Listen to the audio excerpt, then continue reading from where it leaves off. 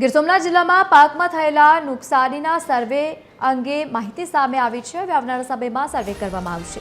જિલ્લાના કુલ 6 તાલુકાના 49 ગામોમાં આ સર્વેની પ્રક્રિયા હાથ ધરવામાં આવશે, જેમાં તાલાલાના 6 સહિત વેરાવળના 9 જેટલા અને સૂત્રાપાડાના 7 સહિત કોડીનારના 10, ગીર સોમનાથના પણ ગીર ગઢડાના 7 અને સાથે જૂના તાલુકાના 10 ગામોનો સમાવેશ થાય છે।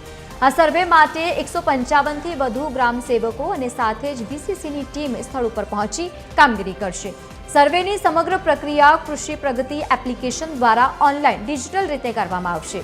જો ઓનલાઈન સર્વે શક્ય ન હોય તો નુકસાનીના અક્ષાંશ રેખાંશ સાથેના ફોટોગ્રાફ્સ લેવામાં આવશે અને તમામ તાલુકાઓમાં ક્લાસ 1 અધિકારીની નોડલ અધિકારી તરીકે નિમણૂક કરવામાં આવી છે। ટીમને 7 દિવસમાં સર્વે પૂર્ણ કરીને રિપોર્ટ રજૂ કરવા માટેના આદેશો અપાયા છે।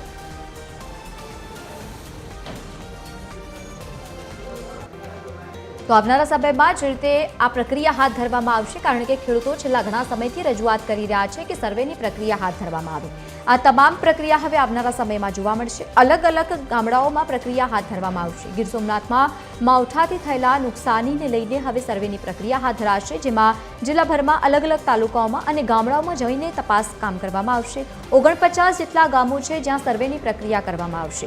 ડીડીઓ અને સાથે જ કલેક્ટરે લેખિતમાં આદેશ જાહેર કર્યો છે। આવનારા સમયમાં અલગ અલગ જગ્યાઓ પર જઈને તપાસની પ્રક્રિયા હાથ ધરવામાં આવશે, જેમાં ગ્રામસેવકો જે પ્રક્રિયા કરતા જોવા મળશે અને સર્વે કૃષિ પ્રગતિ એપ્લિકેશન દ્વારા કરવામાં આવશે, જેમાં ક્લાસ 1 અધિકારીઓની નોડલ તરીકે નિમણૂક પણ કરવામાં આવી છે। એટલે કે આવનારા સમયમાં જ્યાં પણ હવે નુકસાની થઈ છે ત્યાં પહોંચીને અને સર્વેની પ્રક્રિયા અહીંયા હાથ ધરવામાં આવશે। મોટા ભાગના ખેડૂતો અત્યારે પરેશાન છે, કારણ કે પાક પલળી ગયો છે।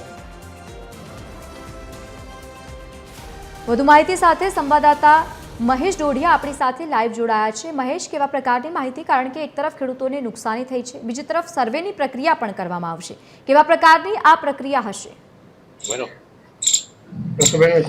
જે ખાસ કરીને વાત કરવામાં આવે તો ગીર સોમનાથ જિલ્લામાં જે કમોસમી વરસાદ પડ્યો છે તેમની સર્વેની કામગીરી છે તે આજે શરૂ કરવામાં આવી છે। ગીર સોમનાથ જિલ્લાના 100 તાલુકાના 49 ગામોમાં જે સર્વેની પ્રક્રિયા છે તે હાથ ધરવામાં આવશે। ત્યારે 155 થી વધુ જે ગ્રામ સેવકો અને વીસીઓ છે તે જે ખેડૂતોના ખેતરે પહોંચશે। ત્યારબાદ કૃષિ પ્રગતિ એપ્લિકેશનના માધ્યમથી છે તે ઓનલાઈન ડિજિટલ સર્વે છે તે હાથ ધરવામાં આવશે। ત્યારે ખાસ કરીને વાત કરવામાં આવે તો સર્વેમાં તાલાડાના 100 ગામ અને વેરાવળ તાલુકાના 9, સૂત્રાપાડાના 7, કોડીનારના 10 અને ગીર ગઢડાના 7, ઉનાના 10 ગામનો છે તે સમાવેશ જે પહેલા સર્વેમાં છે તે કરવામાં આવશે। ત્યારે ખાસ કરીને વાત કરવામાં આવે તો જે ગીર સોમનાથ જિલ્લામાં જે ભારે વરસાદ પડ્યો છે તેમના કારણે જે ખેડૂતોના મગફળી, સોયાબીન અને જે માલઢોરના સારાને જે ભારે વ્યાપક નુકસાન પહોંચ્યું છે તેમના કારણે છે તે જે સર્વેની છે સરકાર દ્વારા છે તે જાહેરાત કરવામાં આવી છે।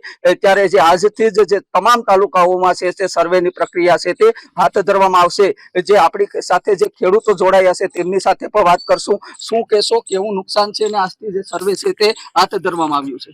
સર, સૂત્રાપાડા તાલુકામાં ગીર સોમનાથ જિલ્લાના બહુ જ નુકસાન છે અને આજથી સર્વે ચાલુ કરવામાં આવ્યું છે અને પાથરા અને માલઢોરનો સારો અને બધો પલળી ગયો છે અને વહેલી તકે સરકાર સહાય મંજૂર કરે તેવી અમારે માંગણી છે। જે બીજા ખેડૂત છે તેમની સાથે વાત કરશું। કાકા, શું કહેશો, કેવું નુકસાન છે અને આજથી જે સર્વે છે તે શરૂ કરવામાં આવ્યું છે? અમે સરકારશ્રીને વિનંતી કરીએ કે અમને કંઈક સહાય દેવરાવે, હવે અમારી માંગણી છે। કેવું નુકસાન છે? નુકસાનમાં મગફળી તો મૂળતું બધું તણાઈ ગઈ, પાથરા હતી, વોહરા વહી ગયા, માલનો સારો વહી ગયો।